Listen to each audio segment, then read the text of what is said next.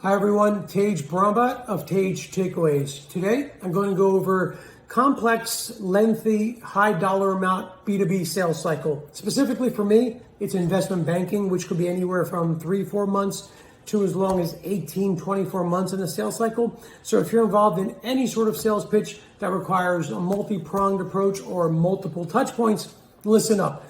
First and foremost, research, prepare, practice, especially around the research.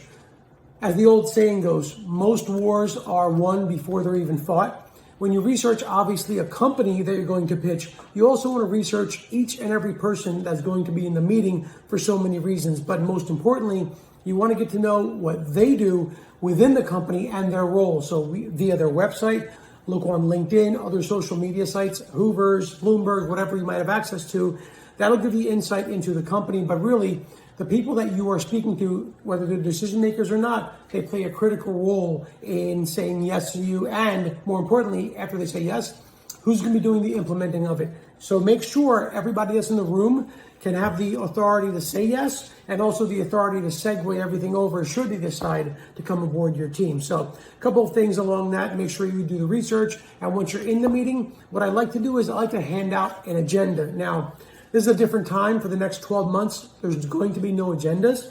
So at least face to face, what I like to do is the night before a video call, because all our pitches are via video call, I hand them a handout via video, email, or via on an invite. They can print it out, and I suggest they print it out because what it has is on the agenda, I put our contact information, I put the other company's contact information, and then I do a quick agenda of this will be 5 minutes of introductions for my team, 5 minutes of introductions for their team, 30 to 60 minutes of the pitch of what we're doing, 15 minutes of follow-up questions, whatever it might be, 5-10 minutes of closing. And that changes for everyone, but you get the point.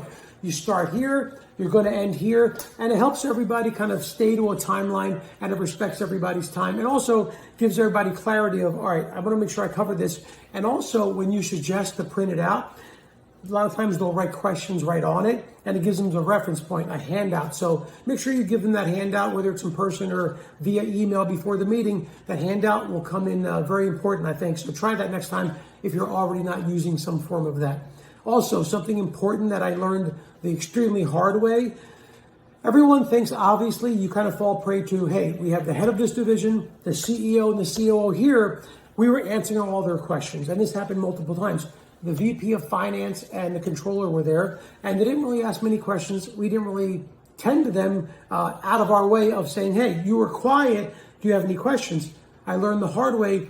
Anytime you're presenting, no matter whether someone asks questions or not, before I close, I always ask from the CEO all the way to whomever's in the room, I say, any questions you might have? No. Anything for you? Anything for you? You've been awfully quiet. Is there anything we can cover for you? And 9 out of 10 times, the VP of Finance or whomever is going to be doing the transitioning always has 3 or 4 very critical questions that later come up in the transition process, but it's kind of late and now you have to do another meeting. You're making it efficient for both sides of the house, and you're making it a little bit easier and expediting that yes instead of waiting till 3 or 4 weeks later when they say, we want to come aboard, but we didn't have these questions answered. Can you help with this? So be more efficient, be more diligent. In that handout, when you hand everybody something to look at, make sure that they're writing down. If they're not writing, if they're not asking questions, take a moment to ask them specifically in front of everyone. Give them a platform to express their concerns. Because the more people in a company you have to go to, the more progressive your chances of closing that sale. And finally, just like I did in the opening of the agenda, here's a timeline. I also give at the end of it, at the end of the meeting before we're all about to leave, here are the action items for us and for you. For us, we're going to follow up with this, and get those 3 major questions you had answered. And from you folks, here's what we'd like to do if you wanted to proceed in the next 30 days or whatever it might be for you. And a lot of times, more questions arise between there and the follow-up email that you'll send likely the next day. And what that does is kind of helps to expedite everything along if they know at the onset, here's where we are, here's where we're headed, and now here's how we implement and transition you over any questions. So if they know at the beginning of the meeting what's expected, it goes much smoother. If they know at the end of the meeting what's expected over the next few weeks, it goes that much smoother. So be prepared, go in prepared, have multiple touch points with each person that you're engaging.